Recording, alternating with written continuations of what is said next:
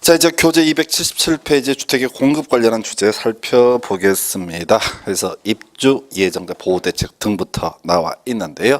먼저 이 부분은 주택의 건설 과정 그리고 공급 과정 미리 전체 그림 알고 들어가야 됩니다. 그래서 자, 주택 건설 과정 이렇습니다. 먼저 제일 먼저 사업 계획 승인이라고 하는 거 받아내야 됩니다. 그래서 사업 계획 승인이라는 것이 필요하고요. 그다음에 이제 착공의 문제, 오늘은 설명 안 드렸는데 착공하게 되겠죠. 그리고 나서 아파트가 아직 완성되지 않았습니다. 완성되기 전이라 할지라도 소위 분양을 할 수 있습니다. 이걸 우리가 소위 선분양 제도라고 부르게 되고요.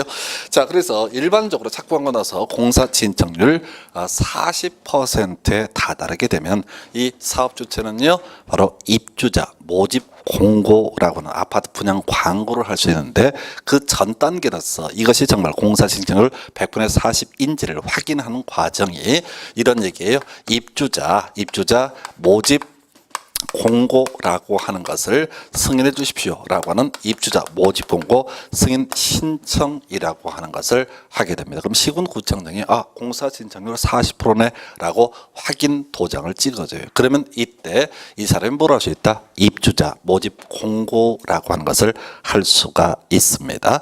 자, 그래서 입주자 모집 공고하게 될 것이고요. 중간에 이제 나오는 것이 자, 입주 앞에서 이제 공부했던 입주자 저축증서라고 해서 주택 청약 종합저축금에 가입한 사람이 청약을 하게 될 겁니다. 그리고 이제 당첨되게 되면 계약금, 중도금 등 내게 될 것이고요. 그리고 세월이 흘러서 쭉쭉 가서 나중에 완성됩니다. 이걸 우리가 사용검사라는 표현을 쓰게 됩니다. 사용검사라는 과정을 거쳐야 할 것이고요. 이 사용검사하면 이제 완성이 되는 거예요. 그러면 그 다음에 나오는 것이 소유권 보존 등기라고 하는 그런 개념이 되게 됩니다. 그래서 소유권 보존 등기 필요하고요. 소유권 보존 등기를 한 이유는 뭘 하기 위해서? 소유권 이전 등기를 하기 위해서 해서 입주 예정자한테 소유권 넘겨줘야 되는 거. 자, 우리 부동산 등기 특별조치법에서는 소유권 이전 등기 가능일로부터 60일 내에 소유권 이전 등기를 격려하도록 하고 있습니다. 그래서 자, 이게 소유권 보존 등기하는 이 날을 우리 법에서는 뒤에서 공부했지만 바로 이전 등기 가능일 이런 표현을 쓰게 됩니다. 그래서 이런 과정에 따라 주택의 건설 그리고 공급 등이 이루어지게 될 것이고요. 첫 번째 논의하는 주제가 바로 입주자 모집 공고 승인 신청이라고 하는 개념. 다시요. 입주자 모집 공고라고 하는 것은 공사 진척률 100분의 40% 충족을 해야지 기본적으로 분양을 할 수 있습니다. 그런데 여기서 쟁점이 되는 것은 국가 지자체 공사인 사업주체는요, 공사 진척률 따지지 않고 바로 사업계획 승인 받아낼 수가 있습니다. 그래서 자, 이제 입주자 모집하는 거, 자, 분양하는 과정. 먼저 주택의 입주자 모집에서 원칙이요. 사업주체가 주택의 입주자를 모집하려는 경우 미리 시군구청장에게 승인을 받아야 한다라고 되어 있죠. 이걸 이름하여 입주자 모집 공고 승인 신청이라고 부르게 됩니다. 자, 예외 보시게 되면요. 자, 그런 게 있어요. 국가 지자체 공사라고 해서 토지공사 지방공사인 사업주체 끄트머리 승인을 받지 않아도 된다라고 되어 있죠. 해서 국가 지자체 공사는 어떻다? 승인을 요하지 않는다. 해서 중간에 국가 지자체 공사가 뭐 지분 50%를 초과해서 출자한 부동산 투자회사 이런 게 나오는데 이건 이제 사이드 쟁점 27회 단문 지문이 구성이 됐었고, 일단은 국가 지자체 공사가 들어가면 어떻다? 얘들은 공사 진척률 0%라고 할지라도 분양할 수 있거든요. 그래서 굳이 어떻다? 승인을 요하지 않는다. 그럼 시험 문제는 딱 정해져 있어요. 그래서 바로 원칙을 가지고 내는 것이 아니라 예외 가지고 구성을 할 테고, 예외 가지고 국가 지자체 공사 앞에 깔아주고 승인을 신청해야 된다 해서 틀리게 되는 그런 식의 지문이 전형이 되겠습니다. 그래서 요거 하나. 그다음에 복리시설의 입주자 모집이라고 해서 자, 요건 이제 상가 분양하는 케이스죠. 그래서 자, 원칙 보니까 자, 사업주체가 복리시설의 입주자를 모집하려는 경우 자, 시군구청장에게 신고하면 된다 해서 이건 승인까지는 아니고 그냥 신고만 하면 됩니다. 그런데 여기서도 이게 중요한 게 아니라 예외 있죠. 국가 지자체 공사 등에 있어서는 어떻다? 신고하지 않아도 된다. 그러면 여기서는 문제 구성할 때 무조건 틀린 걸 고르시오를 내거든요. 그래서 국가 지자체 공사 승인 신고해야 된다라는 식으로 해서 틀리게 구성을 하게 됩니다. 이게 문제 구조를 보면 되게 간단해요. 항상 예외 파트만 가지고 구성을 하고 있다는 거. 옆에 지문들 이제 분석을 해놨으니까 참고를 해주시고요. 자, 그다음 페이지 넘어가서 이거랑 같이 이제 맞물려 가는 내용들 추가 선택 목록. 물론 별로 한 번 중요하지 않고 지문 한 번 나왔던 건데요. 자. 사업 주체가 주택을 공급하려는 경우에 이때 벽지, 바닥재, 주방 용구, 조명 기구 등을 제외한 부분의 가격을 따로 제시하고 입주자가 이를 선택할 수 있도록 했는데 그래서 뭐 큰 쟁점은 아니고요. 자, 이런 얘기죠. 자, 기본 옵션하고 선택 옵션 이 얘기를 하고 필수 옵션하고 선택 옵션을 얘기하게 되는데 벽지, 바닥재, 주방 용구, 조명 기구 요건 이제 기본적으로 세팅 들어가고 나머지 부분은 어떻게 다 선택할 수 있도록 한다. 큰 의미는 없습니다. 그 정도가 되겠고요. 그다음에 이제 마감 자재 목록표. 요거 이제 최근에 또 쟁점을 삼았던 바가 있죠. 자, 이 마감 자재 목록표라고 하는 이 개념과 관련해서는 역시 자, 원칙과 예외 두 개로 이제 구분을 하게 되는데요. 다시 갑니다. 자, 일반적인 사업 주체에 있어서는 입주자 모집 공고 승인 신청을 하게 돼 있었고 국가지자체공사는 입주자 모집 공고 승인 신청을 하지 않는다. 이렇게 논의를 전제했어요. 그래서 자, 사업 주체가 시군구청장의 승인을 받으려는 경우 마감 자재 목록표와 견본주택의 각 실의 내부를 촬영한 영상물 등을 승인권자에게 바로 시군구청장에게 제출해야 된다라고 되어 있죠. 다시 갑시다. 자, 지금 일반적인 사업 주체는 시군구청장한테 입주자 모집 공고 승인 신청을 해야 되는데 이때 같이 첨부해야 될 서류가 마감 자재 목록표 하고요. 바로 견본주택 모델하우스의 각 실을 촬영한 영상물을 제출하게 되어 있습니다. 자, 이 조항이 갖는 의미는 뭘 의미하게 되냐면 저런 거죠. 우리가 이제 그 모델하우스는 겁나 멋있게 만들어 놓고 실제 분양된 아파트 내부 자재를 보니까 허접한 걸 쓰는 것들이 과거에 있었어요. 그 분쟁이 발생하니까 미리 입주자 모집 공고 승인 신청할 때 이렇게 마감 자재 목록표하고 영상물을 제출해라. 그럼 또 시험에 나오는 것은 또 예외 파트예요. 바로 국가지자체공사의 경우에는 입주자 모집 공고 승인 신청한다 하지 않는다 하지 않는다. 여기서부터 얘기가 시작이 되는 거죠. 해서 보니까 견본주택 건설이라는 표현 사업 주체가 국가 지자체 공사인 경우에 이 견본주택을 건설할 때 마감자재 목록표 그리고 영상물 등을 제작해서 승인권자에게 제출해야 된다라고 이렇게 되어 있죠. 그래서 이게 갖는 의미는 여기서도 시험은요 원칙은 못 내는 거예요. 그래서 지금요 국가지자체 공사는 입주자 모집 공고 승인 신청을 하지 않습니다. 승인 신청을 안 해요. 대신 혹시 견본주택을 건설할 수 있겠죠. 그러면 그때 그 견본주택에 관련해서 마감자재 목록표 그다음에 또 하나가 지금 영상물 등을 제출하도록 하고 있다. 그래서 이것도 이제 거기에는 이제 승인 신청 관련한 부분이 있고 그냥 견본주택 건설에 관한 부분이 있는데 시험에 나오는 것은 예외 파트만 출제가 될 수 있고 견본주택 건설에 관한 부분이 바로 예외 파트가 되겠습니다. 그렇게 보셨고요. 그다음에 마감 자재 목록표의 보관 2년 이상 하도록 하고 있어요. 그래서 결국 나중에 이제 입주가 되고 나서 이런저런 분쟁이 발생했을 때 근거 자료로 삼기 위해서 시군구에 2년 이상 보관하도록 규정하고 있습니다. 그래서 이 정도가 지금 이제 입주자 모집 공고 승인 신청 등에 관한 쟁점이 되겠습니다. 자, 그리고 나서 이제 두 번째 주제 저당권 등의 설정전 이게 제일 어려운 파트 중에 하나예요. 자, 이거는 이제 앞에 칠판에 설명드린 이 그림을 이해하면 뭐 쉽게 해보는 거고 이 그림이 이해가 안 되면 거의 미쳐버리는 거예요. 그래서 일단 지금 가보겠습니다. 그림 개념을 보게 되면 지금요 입주 예정자 입장에서 생각을 해볼게요. 입주 예정자는요. 사업 주체가 입주자 모집 공고 승인 신청하고 나중에 공고했을 때 청약하고 당첨돼서 계약금, 중도금을 내게 됩니다. 자, 그런데 문제는 이 입주 예정자하고 사업 주체의 관계가 소위 채권 관계죠. 그래서 어떤 문제가 발생하냐면 과거에 있었던 거 이런 경우에요. 계약금, 중도금 다 받아가지고 사업 주체가 자 주택을 건설하는 척하다가 이 문제 주택 건설 부지를 다른 사람에게 매각하고 튀어버립니다. 또는 꼭 그렇게 할 건 아니고 돈이 좀 필요해서 저당권 설정했다가 빚을 갚지 못해서 저당권 실행되게 돼서 또 입주 예정자는 전혀 보호를 받을 수 없습니다. 물권자가 아니기 때문에 또 이런 경우도 있어요. 제일 악질들은 지금 사용 검사까지 해서 소유권 보존 등기를 해놓은 상태입니다. 그리고 나서 입주 예정자 소유권 이전 등기를 해줘야 되는데 이거를 국민은행 가가지고 자 한 세대당 1억씩 저당권 설정하고 그 돈 받아서 튀어버리는 사태가 발생할 수 있습니다. 그래서 문제는 뭐냐면 이렇게 자기 전 재산을 걸어서 뭐라고 했다고요? 주택을 분양받으려고 하는데 이 사업 주체가 이 문제 주택 건설 대지를 매각 또는 저당권 설정 등을 해서 이 입주 예정자의 권리를 해야 하는 경우 있고요.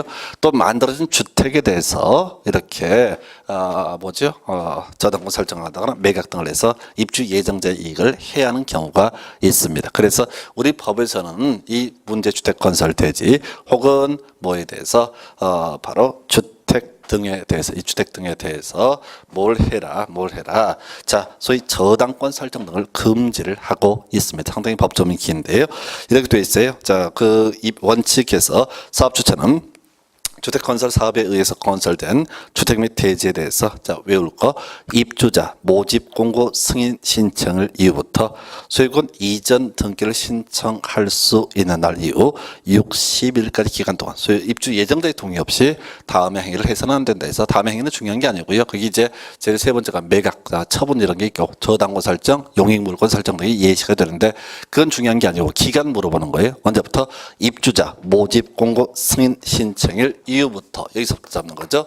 그 다음에 소유권 이전 등기 가능한 날 이후 60일까지 기간 동안 소위 저당권 등의 설정이 금지가 되게 된다. 자, 매각 등이 금지가 되게 된다. 이렇게 정의를 하게 됩니다. 그러면 이렇게 저당권 설정, 용익물권의 설정 또는 저당권 등의 설정이 금지가 되게 되면 처분 등이 금지가 되면은 설령 중간에 망할 때 망하더라도 이 입주 예정자는 이 주택 건설 대지 혹은 만들어진 주택에 대해서 일정하게 권리를 보호받을 수 있다. 이게 어려운 게 말이 길어요. 언제부터? 입주자 모집 공고 승인 신청을 이후부터 소유권 이전 등기 가능한 날 이후 60일까지 기간이라고 하는 거. 이때 바로 저당권 설정 등이 금지가 되게 된다. 자, 근데 이거는 이제 전에 한때 유행하다 내기가 좀 곤란한 게 중간에 예외가 있어요. 만약에 사업 주체가 주택 조합이다라고 하는 경우 문제가 되는데 이 주택 조합일 때는요. 입주자 모집 공고 승인 신청 합니까 안 합니까? 하지 않습니다.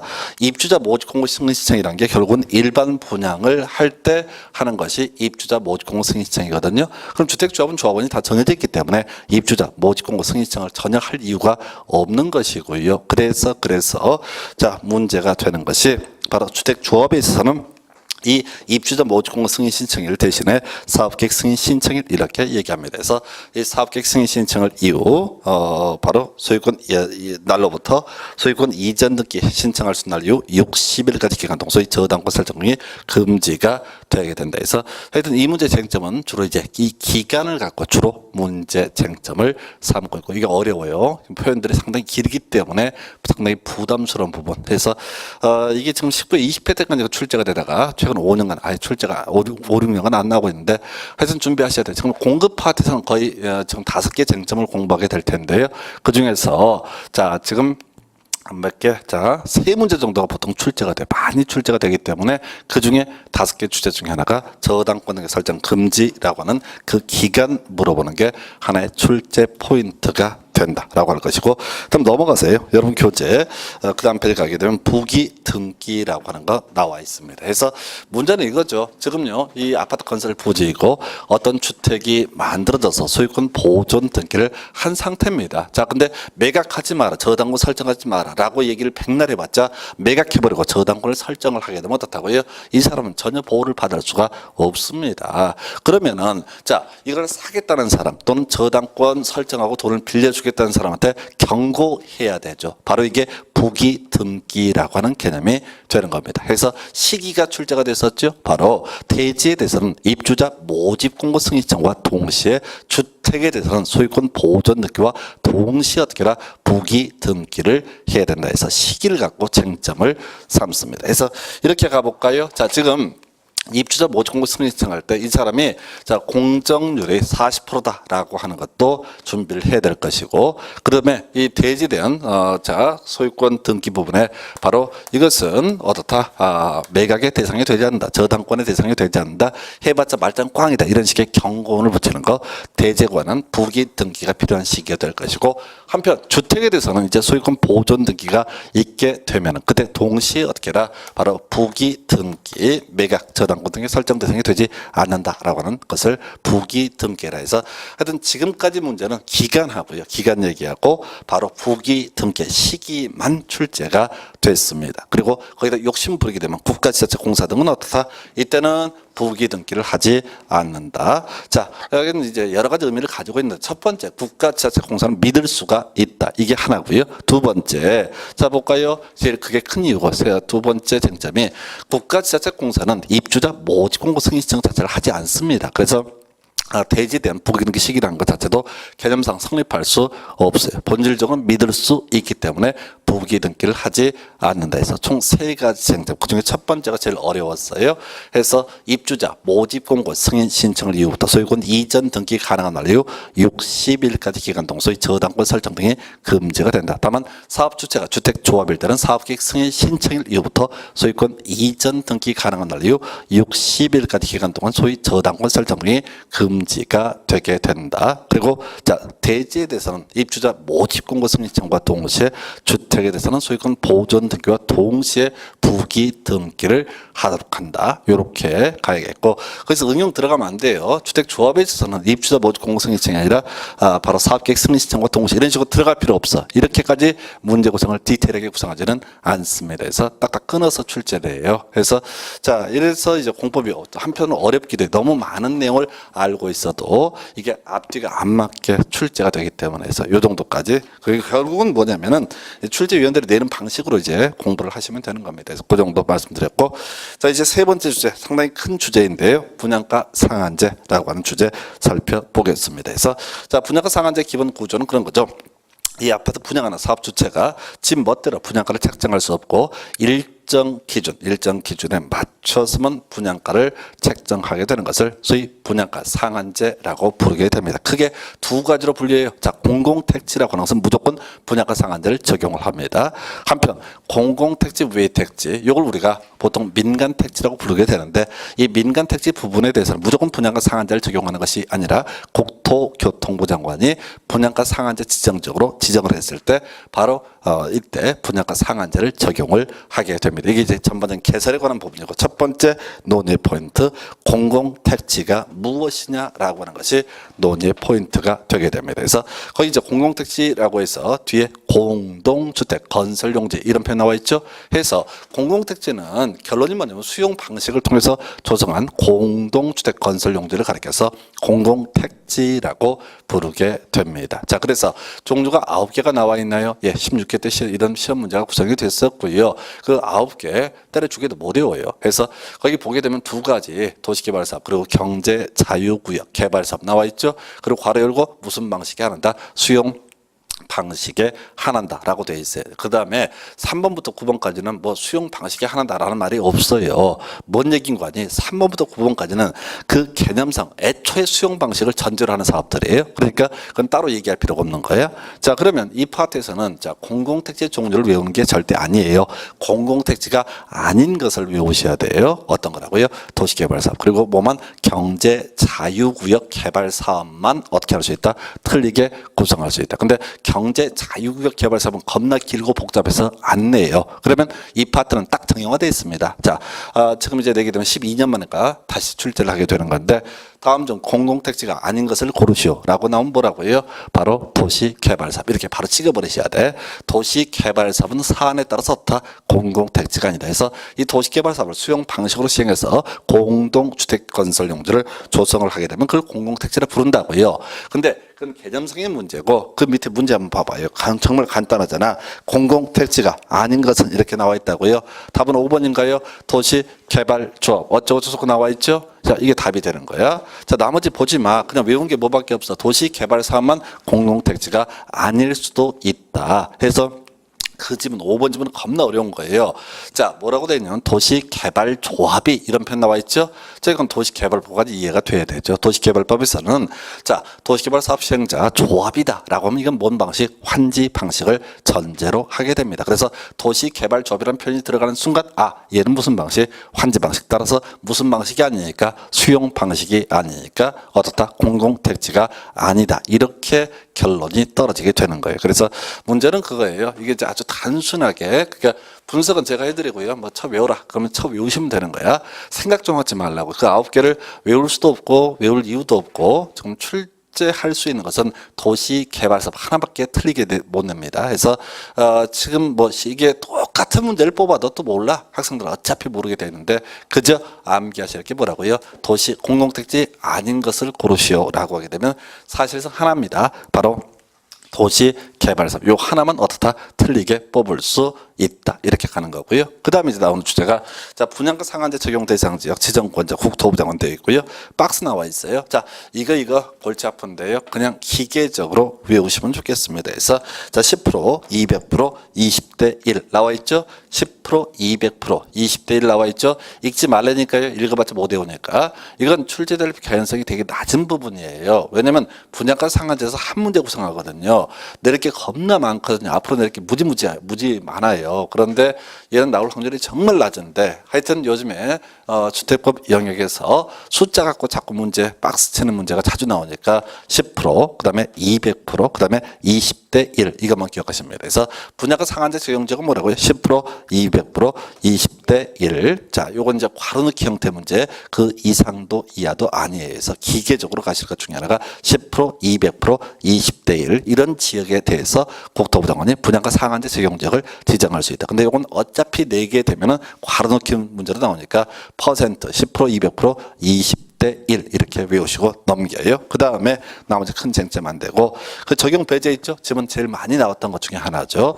원래 이제 적용 배제가 이 외에도 하나가 더 있는데 시험에는 2개만 떠요. 이유는 하나는 너무 길거든요. 그 경제 자유구역 개발사업에서 지문이 어마무시합니다. 그래서 지금요 우리가 공공택지이거나 공공택지 외 택지에서 분양가 상한제 적용적으로 지정되면 소위 분양가 상한제를 적용을 하게 될 텐데 그럼에도 불구하고 분양가 상한제를 폐지하는 것 2가지입니다. 도시형 생활주택하고요. 그다음에 관광특구. 뒤에 관광특구에 50층 이상, 150m 이상 이런 거 외울 필요 없어요. 그냥 관광특구 뜨면 무조건 어떻다? 분양가 상한제를 적용하지 않는다. 그리고 얘들은 주로 답을 뽑는 지문이 아니에요. 자 우리가 여기서 이제 분양가 상한제 예외가 되는 건데 지문 구성이 정말 쉽습니다. 그래서 항상 틀리게 나오든 맞게 나오든 주로 답을 뽑는 지문이 아니라 오지선대형 지문 중에서 지문 1개 또는 2개를 구성하는 그런 형식이 되게 됩니다. 그래서 이 정도 해서 적용 배제 도시형 생활주택 관광특구 정리해봤고요. 그 오른쪽 페이지에 분양가격 심사 및 공시 등 나와 있어요. 해서 자 이 분양가 심사위원회라는 제도 나와 있고요. 시군구청장 분양가 심사위원회 설치 운영한다라는 질문 나와 있습니다. 자, 별건 아니고요. 이런 식이죠.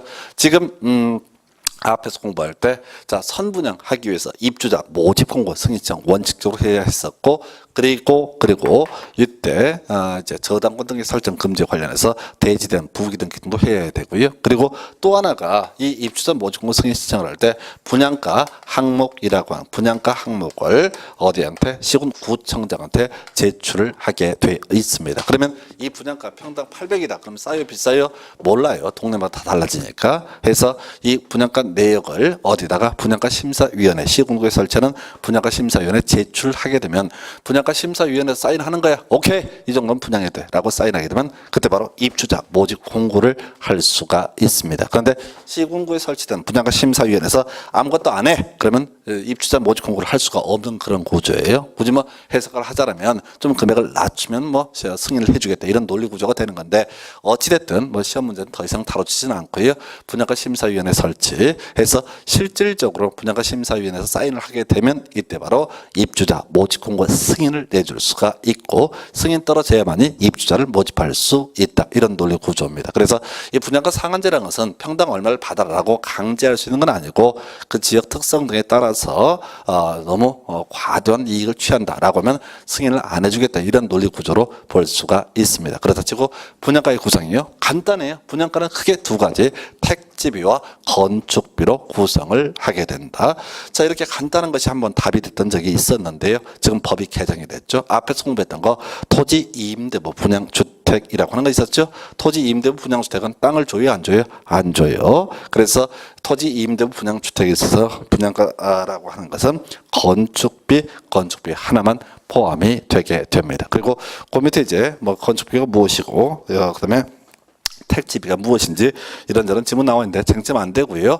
자, 답 외울 거 또 답이 됐던 지문. 자, 분양가 항목의 공시라고 하는 거 나와 있죠. 그래서 지문 겁나 길어요. 자, 문제는 공공택지든 공공택지 외 택지든 간에 만약에 분양가 상한제 적용 지역이다. 적용이 된다라고 한다면 뒤에 보니까 분양가 항목을 공시하여야 한다라고 돼 있죠.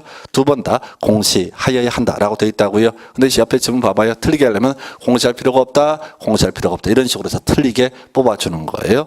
자, 요는 그런 얘기입니다. 그래서 요거는 이제 되게 간단한 건데, 자, 평당 800이 적정한지 액면가 까봐라 이런 얘기가 분양가 항목을 세부적으로 공시하라 이런 의미고요.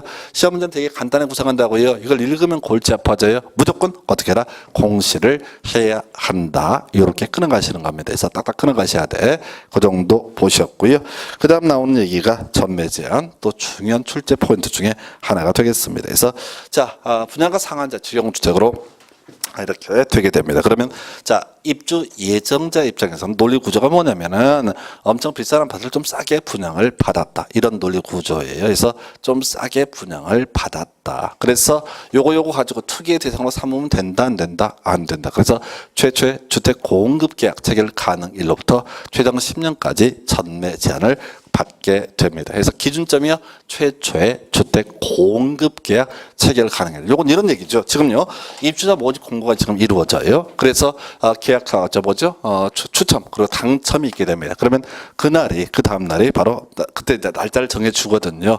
그날이 바로 뭐가 된다? 최초의 주택 공급 계약 체결 가능일이라는 날이 되는 거예요. 이게 이제 뭔 얘기냐면 같이 당첨이 돼도 자, 첫날 공급 계약 체결 가능한 첫날 계약한 사람도 있을 테고 이튿날 한 사람도 있고 3일 뭐 이렇게 경우의 수가 달라지기 때문에 그냥 전매 제한 기간의 기산점은 최초의 주택 공급 계약 체결 가능일로부터 따져 묻게 됩니다. 그래서 최종 몇 년까지 10년. 전매 제한 기간은 외우지 마요. 어차피 외우지도 않겠지만. 그래서 여기 이제 한번 시험 지문에 답이 됐던 적이 있는데 그 틀리라고 내는 문제고요. 자료는 제가 정리해놨는데 외울 건 아니고. 그럼 주로 시험 문제에 뜨는 것은 바로 이렇게 최장 10년까지 전매 제한 받게 되는데 그게 이제 부기 등기 얘기 하나 다시 확인을 해야 되죠. 우리 앞에서 저당 권능의 설정 금지 등 관련해서 만들어진 주택에 대해서는 소유권 보존 등기와 동시에 부기 등기를 해라라고 했었죠. 근데 지금 이제 분양가 상한제의 경우 최장 10년까지 전매 제한을 받는다라고는 돼 있는데 문제는 그거죠.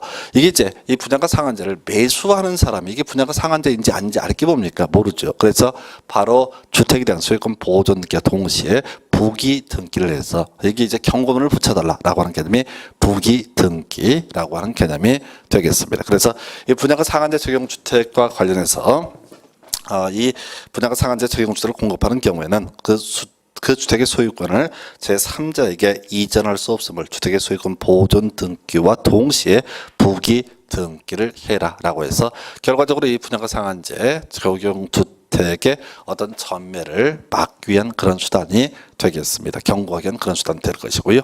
자, 그 다음에 이제 전매제한의 예외라고 해서 일단 사연부터 보겠습니다. 어떤 경우에 자, 이렇게 최장 10년까지 전매제한을 받는다고 했는데 전매제한에서 빠져나갈 수가 있는가?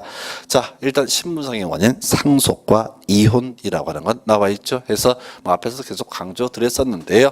자, 사망이 이르게 됩니다. 그래서 피상속인 사망이 이르게 되고 상속인 명의로 바뀐다. 또 이혼에 따라서 어쩔 수 없이 명의를 변경하는 경우가 있다. 이런 경우에는 소위 투기하자는 것이 아니기 때문에 명의 변경에도 전매 제한 받지 않는다. 그리고 이사 세 가지 나와 있죠. 앞에서도 계속 얘기했던 건데요. 다른 도시로, 다른 나라로, 다른 세상으로 가신문 주택으로 새로운 전원이 이사 가는 경우, 이런 경우 불가피한 이사이기 때문에 때는 어떻다? 전매 제한을 받지 않는다. 이런 취지가 되겠습니다. 그래서 자, 3번 세대원 근무 생업상의 사정, 질병치료, 취약 결혼 등으로 해서 세대원 전원이 다른 광역시 또 시 또는 군 등으로 이전하는 경우에서 이게 이제 문제 지저분하게 구성할 때는 거의 수도권으로 이전해서 틀리게 뽑는 경우가 있습니다. 그 다음 문제고 일단 이사에 자, 다른 도시로 이사. 두 번째 세대원 전원이 해외로 이주하거나 2년 이상의 기간 동안 해외에 체류하고자 하는 경우.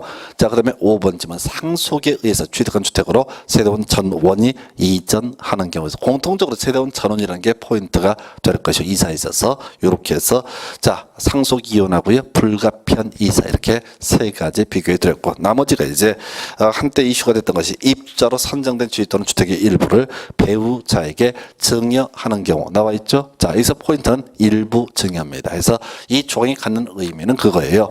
자, 지금요. 지금 부부 이름으로 부부가 공동 소유하는 형식으로 돼 있으면 세금이 좀 작다고 그래요. 그리고 자, 단독 소유로 돼 있으면 세금이 좀 비싸다고 그래요. 그래서 이런저런 문제 때문에 뭐 이제 먼저 이 법을 알고 공동 소유한 사람 세금 적게 내고 그다음에 지금 단독 소유를 했던 사람들은 세금을 많이 내는 이런 문제가 발생해서 그러면은 공동 소유로 하는 것 요거에 대해서는 어떻다 소위 전매로 해석하지 않겠다 이런 취지가 되겠습니다. 출제 포인트는 전부 증여는 안 돼요. 일부 증여라고 하는 거 굳이 다 주고 싶으면 이혼을 하시면 돼. 그래서 자, 일부 증여라고 하는 것 하나의 포인트고요. 그 다음에 7번이요. 이번에 새롭게 등장한 거죠. 경공매 문제입니다. 그래서 자, 지금 이 사람이 분양가 상한제 주택을 가지고 있다가 저당권 설정 등을 했습니다. 또 국세 체납, 지방세 체납 등을 했습니다. 그래서 이 물건이 경공매로 넘어가서 소유권 바뀌게 되는 경우 이건 저 투기하는 것은 아니죠. 그래서 이때는 소위 전매 제한을 받지 않는다. 해서 자, 이렇게 총 7개 보셨는데 문제는 그거죠. 자기가 이제 생각했을 때 나는 불가피한 사유로 이사해. 그러니까 전매할 수 있어. 이런 건 아니란 얘기죠. 그 얘기가 바로 앞에 전매 가능 사유라는 표현 바로 밑에 다음에 어느 하나의 사유에 해당돼서 토지주택공사의 동의를 받은 경우에는 바로 전매 제한 기간 중이랄지라도 전매할 수 있다. 해서 결과적으로 일정한 사유 이걸 입증할 수 있다면 토지주택공사의 동의를 받았다는 전제에서 전매가 가능하다. 이렇게 보게 될 것이고 다만 거기서도 역시 출제 포인트 상속에 있어서는 동의를 요하지 않는다. 돌아가신 부분을 뭐 무슨 동의를 받고 말고 하겠습니까? 그래서 상속과 관련한 명의 변경에 있어서는 당연히 동의를 요하지 않는다. 우리가 이제 민법 공부하시게 될 때 법률 행위에 따른 부동산 물권 변동에 이어서 법률 규정에 따른 부동산 물권 변동 상속에 있어서는 등기하지 않아도 그 효력이 발생되게 되죠. 자, 그 케이스를 갖고 얘기를 하게 되는 겁니다. 그래서 그 정도고 한편 오른쪽 그 다음 페이지에 나와 있는 우선 매수라고 하는 거. 자, 지금요 지금 동의 받으러 왔습니다. 그때 이 토지주택공사 바로 우선 매입할 수 있다라고 돼 있어요. 토지주택공사 우선 동의해주고 전매를 하게 해주는 것도 가능하지만 또 우선 매입하는 것도 가능하다 해서 이 정도가 바로 분양가 상한제 관련한 장점 상당히 양이 방대합니다. 그 정도 보셨고요. 자, 그 다음 페이지 가서 교재 공급 질서 교란 금지라고 하는 개념 확인을 해 보겠습니다. 그래서 공급 질서 교란 금지. 자, 그래서 우선 박스부터 가야 돼요. 이미 공부했던 내용입니다. 자, 뭐라고? 자, 내 집 마련이라고 하는 관점에서 우리 주택법에서 이 주민 우리 국민을 위해서 마련해두고 있는 제도 세 가지 공부하셨습니다. 그 중에 하나가 주택 상환사채라고 하는 건 나와 있고요. 또 하나가 입주자 저축증서라는 개념 공부하셨고요. 그리고 세 번째가 주택조합원의 지위 제11조에 따라서 주택을 공급받을 수 있는 지위라는 것은 주택조합원의 지위를 얘기하게 됩니다. 그래서 자, 지금 주택상환사채 김영증권이었었고요. 이 가지고 있습니다. 나중에 주택을 한 채 분양받을 수 있습니다. 한편 입주자 저축증서는 주택을 직접 분양을 받을 수는 없지만 청약할 수 있는 권리라는 의미를 가지고 있고요. 그리고 주택조합원의 지위 우선 분양할 수 있었죠. 이 세 가지가 중심이 되는 거예요. 그래서 이런 세 가지의 증서 또는 지위라고 하는 것을 양도, 양수, 또 양도, 양수의 알선 혹은 광고 등 다 금지가 되게 됩니다. 그래서 세 개 중심 잡는 게 중요해요. 다시 자, 주택조합원의 지위, 주택상환사채 그리고 입주자 저축증서 이런 것들의 양도, 양수, 알선, 광고 다 금지가 됩니다. 이건 뭐야? 주택법에서 여러분의 집을 마련하십시오라는 식의 취지로 자, 특혜를 주고 있는 그런 것들인데 그걸 투기의 대상으로 삼아서는 안 된다. 이런 의미가 되게 될 것이고요. 자, 그럼 요 근래 시험 문제 포인트라고 하는 그 나머지 자, 무허가 건물 확인서, 이주 대책 대상자 확인서 등 나와 있는데 요 두 개는 4번, 5번 얘기는요. 자, 별로 안 중요해요. 이게 왜냐면은 이게 소위 딱지라고 불리는 그런 부분이 되는데 이건 뭐냐면은 주택법이 아니라 다른 개별법에서 이런저런 제도를 두고 있거든요. 그래서 우리 시험 보면은 주택법이다 보니까 이 두 가지는 항상 사이드로 내고 그저 주택상환서체, 입주자 저축증서, 주택조합원의 지위 이렇게 세 개를 중심으로 출제가 이루어지고 있습니다. 그래서 자, 이렇게 해서 내 집 마련하는데 보탬이 되는 지위 증서라고 하는 거 양도, 양수, 알선, 광고 등 다 금지가 되고요. 자, 요즘에 트렌드로 가장 중요한 쟁점은 상속, 저당 제외 나와 있죠. 해서 상속에 의한 경우 어떻다? 그러하지 아니하다. 저당에 의한 경우 어떻다? 저당을 위한 경우는 그러하지 아니하다라고 해서 자, 과거에는 이 지위 증서의 종류를 물어보는 문제가 출제가 되다가 최근 한 23회 때부터는 계속해서 나오는 게 상속에 의한 경우 그러하지 아니하다. 저당 설정하는 경우 그러하지 아니하다. 이것만 주구장창 출제를 하고 있습니다. 겁나 법조문이 길고 복잡해 보이는데 핵심 뭐라고요? 상속 저당에 의한 경우 그러하지 아니하다. 뭐를 주택조합원의 지위, 주택상환사채, 입주자, 저축증서의 양도, 양수, 알선, 광고 등 자, 상속 저당에 의한 경우 그러하지 아니하다 해서 자, 요거 거의 얘는 너무 많이 나와서 문제고요. 그 밑에 관련 기출 문제는 좀 옛날 유형의 문제예요. 해서 자, 답만 좀 체크를 해드리면 2번인가요? 주택상환사채라고 써 있어요. 근데 요 문제는 앞에서 우리 공부할 때 주택상환사채 발행 요건, 등록사업자의 경우 자본금 5억 원 이상으로서 건설업 등록을 했어야 됐고 그다음에 최근 3년간 연평균 주택 건설 실적이 얼마? 300세대 이상이라는 요건을 충족을 하게 되면 등록사업자가 주택상환사채 발행할 수 있다 해서 요거 좀 옛날 문제다 보니까 구질구질해요. 자, 자본금 3억 원이라고 해서 일단 나가리 되고요. 그다음에 최근 3년간 연평균 주택 건설 실적이 200세대인 등록사업자 이런 사람은 애초에 주택상환사채를 발행할 수 없습니다. 그래서 이건 아주 옛날 문제고 유치한 형태의 문제고 요즘에 트렌드로는 상속 저당에 의한 경우 어떻다? 그러하지 아니하다 이렇게 되어 있습니다. 그래서 그 정도 봐두시고요. 그다음에 이제 투기 과열지구 관련한 주제. 그 이제 규제는 요즘엔 잘 안 내고 있고요. 그래서 자, 투기 과열지구 관련한 주제 살펴보겠습니다. 5번째 주제가 될 텐데요. 자, 일단 투기 과열지구 지정. 자, 국토교통부 장관 시도지사 쭉쭉쭉 투기 과열지구 지정하거나 자, 이를 해제할 수 있다. 큰 쟁점 안 되고요. 지정 기준도 제가 교재에는 써놨는데 별 의미 없어요. 이게 지문 흔들어주는 지문이고 그 다음에 이제 지정 절차 이게 골 때리는 거예요. 지정 절차 보니까 국토교통부 장관이 투기 과열지구 지정 해제할 때 시도지사의 의견 들어야 되고요. 시도지사는 국토교통부 장관과 협의를 해야 된다 해서 옆에 이제 지문 보시게 되면 자주 출제가 되는데 답은 아니었어요. 자, 요건 좀 배경 설명을 해드릴게요.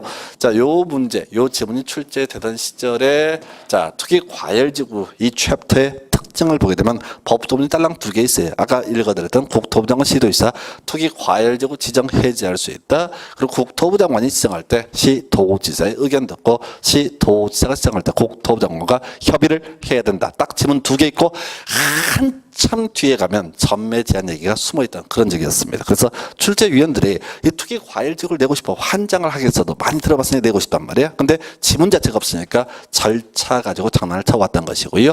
그 다음에 이제 그 후로 이 투기 과열지구 영역에 법조문이 많이 늘어납니다. 그래서 출제할 포인트들을 또 뽑아내는데 그 중에 하나가 재검토, 1년마다 재검토라고 돼 있어요. 자, 근데 이 법조문도 보면 골 때려요. 국토부 장관 1년마다 재검토해야 된다.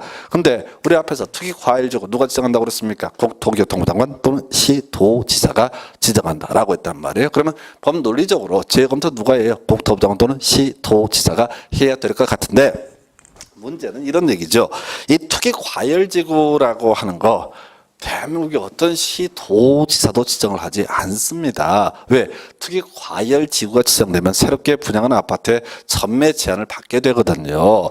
어떤 지자체장이 머리에 총 맞았다고 특히 과열 지구 지정했습니까? 집값 떨어지는 얘기 나오는데, 그래서 사실은 다 누가 지정을 해왔었다고요? 국토교통부 장관. 그리고 자, 국토부 장관 1년마다 재검토. 이건 법조문을 한참 있다 만드는 거야. 현실적으로 보니까 다 누가 지정해? 국토부 장관. 그러니까 재검토의 문제도 누가? 국토교통부 장관. 그래서 이게 이제 법조문이 또 앞뒤가 안 맞는 그런 구조가 되는데, 하여간 1년마다 재검토 이렇게 봐야겠고요. 나머지 별 쟁점 되지 않습니다.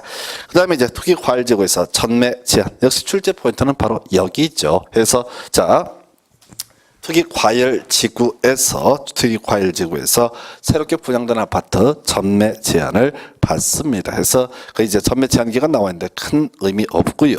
역시 주된 출제 포인트는 전매 가능 사유라고 하는 것이 되겠습니다. 그래서 그 중에 하나가 상속과 이혼이라고 하는 것 나와 있죠. 자, 그다음에 다른 도시로 이사 가는 경우, 다른 나라로 이사 가는 경우, 세대원 전원이 다른 세상으로 가신 분 주택으로 세대원 전원이 이사 가는 경우에서 이런 게 있겠고요. 그다음에 입주자로 선정된 지위 주택의 일부를 배우자에게 증여하는 경우. 사실은 이제 이거하고 앞에 분양가 상한제에 있어서 전매 가능성이 똑같습니다. 근데 이 경공매를 얘기를 빼버린 이유가 여기서는 안 나왔으니까 분양가 상한제에 있으면 경공매 전매 제한 받지 않는다, 이런 식으로 봤었거든요. 자, 그런데 이거 같은 경우는 앞에서 자, 우리 분양가 상한제에 있어서는 이런 일정한 사유 요건을 충족을 하게 되면 토지주택공사의 동의를 받아서 어떻게 할 수 있다? 전매할 수 있다. 다만 상속에 있어서는 동의를 요하지 않는다, 이런 식으로 구성이 되어 있었고요. 그리고 토지주택공사 우선 매입할 수